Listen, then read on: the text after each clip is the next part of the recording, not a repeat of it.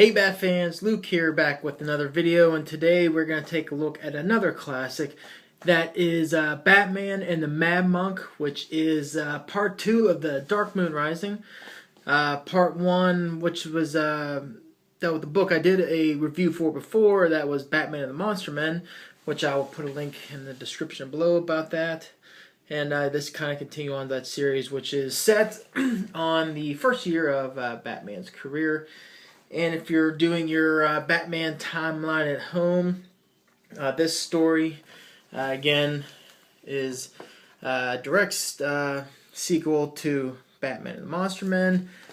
And right before Batman and the Man Who Laughs, we know that this story takes place right before Batman and the Man Who Laughs.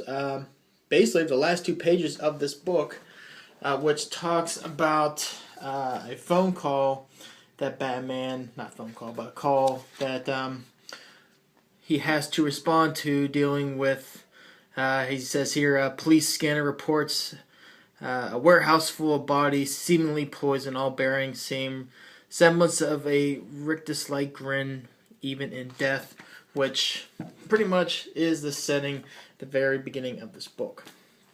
Also, this also references, in the last page of this book, the origin of the Grayson family, as you can see again at the very end. So, that kind of puts in context where the story occurs.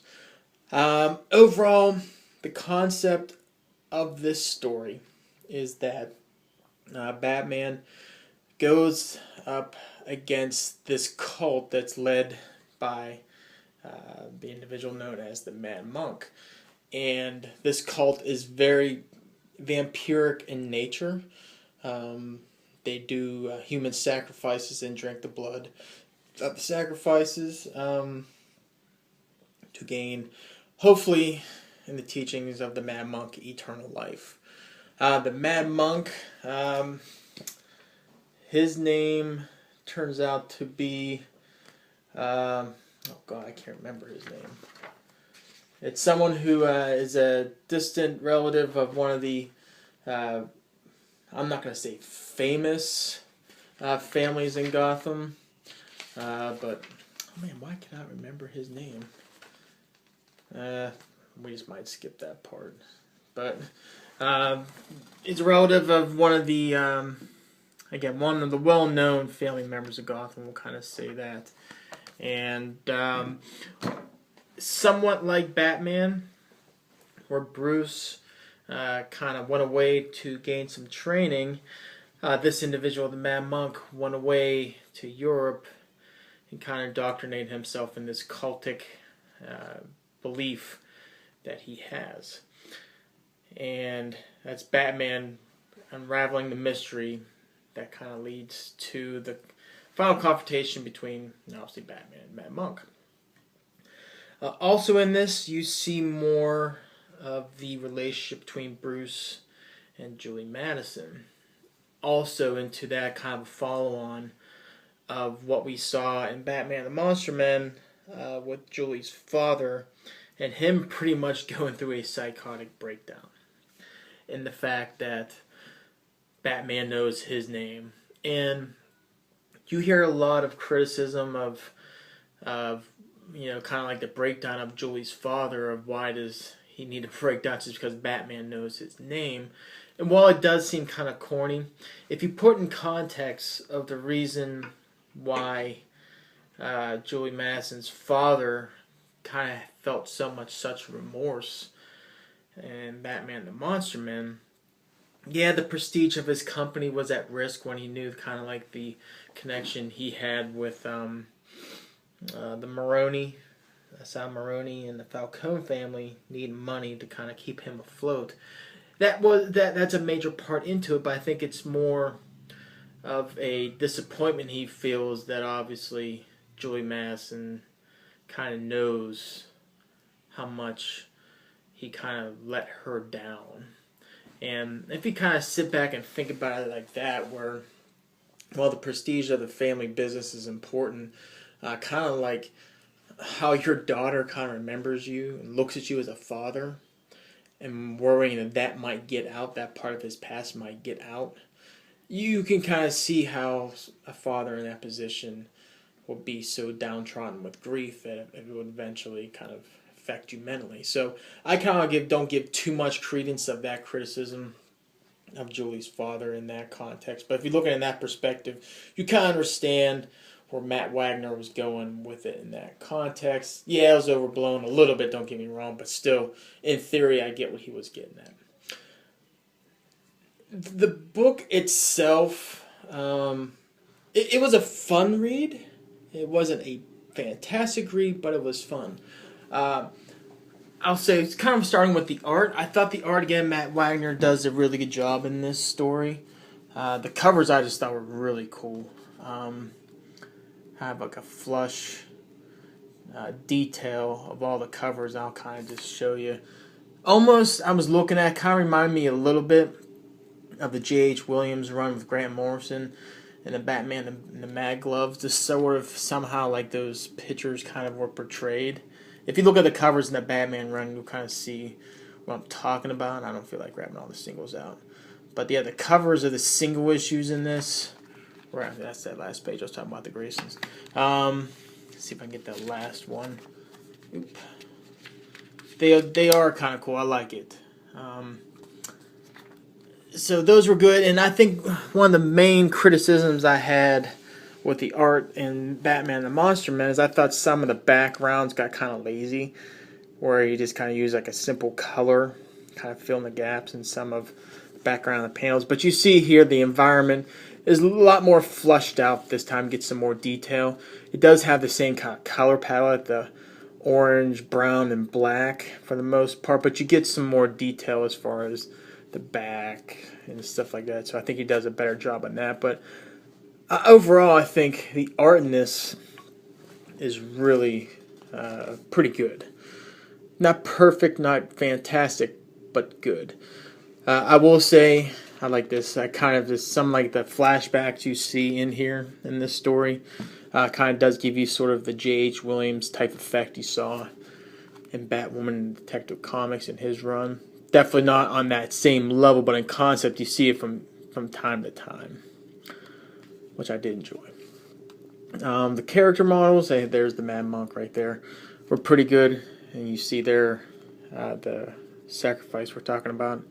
One thing this story does not skimp out on is the violence. You actually see some of the rituals, the sacrifices occur. You actually see the Mad Monk biting and drinking the blood of his victims. And you kind of get the way you see him drinking the blood, and you see there the blood coming from his body, and then on the table, the blood being siphoned out from obviously from the corpse down, funneled out into the chalice where everyone drinks from. So it doesn't skip out on the violence, but at the same time doesn't take it to an effect where it's kind of crazy. Crazy might not be the best word. Kind of over the top. But overall, I think the art in this is pretty darn good. Batman, for the most part, early on in his career, got it. So his design kind of captures that kind of nostalgic type feel. I do like the captions, how they were done. Different people got different colors, and sometimes you get the monologue type feel. How it's executed is really good. Ralston, there it is. J. Thomas Ralston is the family member I was talking about, kind of like the one of the more known family members in Gotham. The cult is kind of based in this castle type place right here. Again, some more J.H. Williams effect on the flashback. So the art was good, and then, yeah, see Joey Madison with the bite mark. So the art was pretty good. The writing, it was okay. Again, not something that's just going to just totally wow you. Try to get a better close-up there. I think the biggest complaint, is the writing is the way it ended. The ending was really rushed real quick. I will say that. The let's say 80% of the story is paced really well. You get a lot of kind of like the vampiric type theme with the story, kind of like, you know, the vampire's got to bite someone 3 times for it to become, you know, fully under control. As you see that as Julie actually becomes a victim here, obviously, and she's bitten more than once and kind of becomes under the spell of the Mad Monk. So I thought the pacing was good, but the ending, it does come real quick. I thought the way the Mad Monk was kind of defeated in this was really anticlimactic. More or less gets struck by lightning on top of a building. Kind of leave it at that. And I think the way that he kind of ties his need for Julie Madison with her tie obviously being with her father and her being rich for a vampire, I thought was a stretch. But that part, again, the ending in that portion was kind of crazy and rushed and a little anticlimactic. The detective aspect in this story I thought was really good. You actually see Batman kind of piece together the clues and going through the crime scene, kind of putting 2 and 2 together and whatnot. And I thought that was really well done. One thread they kind of left kind of open was that pretty much all the victims were the only child in the family. And they kind of made a point to mention that, but in the grand scheme of the story, I thought it kind of was like a lost point. It really wasn't all that relevant, other than the fact that they just maybe just been easy victims. But that's it. Matt Wagner makes it a point to say, yeah, all these people are only child, and it really turned out to be really a moot point.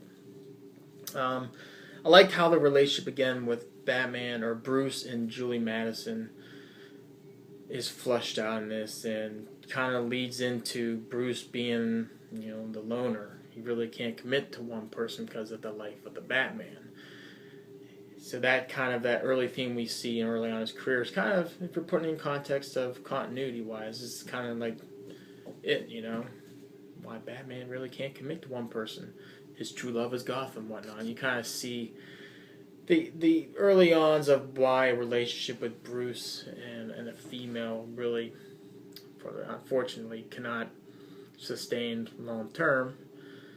It's just his commitment to Batman the City just overall trumps his romantic life.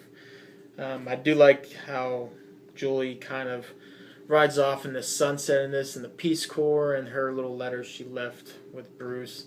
I thought was touching. So that part of the writing I thought was pretty well done.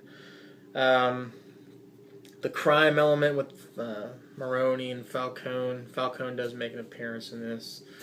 I think it kind of lost its luster more with what we saw in, I think, really important part of Batman and Monster Men, but in the Mad Monk, I think it kind of loses its relevance after a while.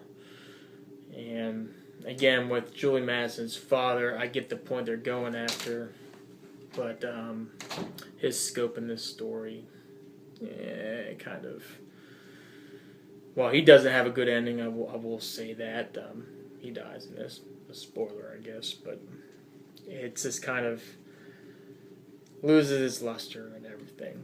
So overall, the story wasn't bad. I read it in one sitting again. It's one that's gonna grab you, but I don't think it's the best Batman story, put it that way. If you like the vampiric theme in a story, you'll appreciate this. Again, it does have the writing does have some positives to it. And when it does have some negatives, I don't think it's overtly negative and just tarnishes the enjoyment of the story, but just in context of other Batman stories, it was just one where I was like, okay, it was okay. So if I had to kind of grade this, I'd kind of put this on a 3 out of 5, kind of floating around a 2.5 out of 3. Average, maybe just a little bit above average. For the Batman connoisseurs, yeah, you gotta get this just for get your timeline. done and all that good stuff. Is this necessary for Batman and the Man Who Laughs? No, not at all. But if you're just putting your Batman timeline in together, yeah, you probably should grab it. Again, it was. If I kind of had to really say anything negative, I think the Mad Monk portion of the story, it could have been really anybody. It didn't really necessarily have to be Batman or whatnot. It could have been any other type of character, and the story pretty much would have went the same way. But still, fun. Whatnot. It's another one of those ones that are kind of hard to get. I think it's out of print as well, just like Batman the Monster Men. So, getting it, you might have to pay a little bit. I paid a little bit to get this. Not much as Batman the Monster Men, but neither here or there. 3 out of 5. New Batman readers, unless you're just trying to do the whole continuity piece, start from the beginning. I don't think this one need to rush. For the connoisseurs out there, yeah, grab it just for the timeline relevance. So, anyway, I hate to say this is somewhat of a bad review, but it's somewhat. But again, I'm speaking like I have a negative feel to this story. It wasn't bad, don't get me wrong. It's just one where it's just like, it was okay. Average sometimes is not bad. This is just one of those ones, it's average. So, anyway, don't know what book I'm going to do next. I'm eyeing up a whole ton. Strange Apparitions, I kind of want to get my thoughts on, or I might go to something more recent, maybe some Grant Morrison stuff, I don't know. Or I might do some New 52 stuff, who knows, but think of something next and we'll kind of go from there. So hit me up in the comments below what you thought of this book if you read it. If not, kind of hit me up with any questions or comments you have on what we kind of talked about here, and we will bat chat and go from there. So until next story and video, whatever. That was horrible. I'm just going to go ahead and leave now. Take care.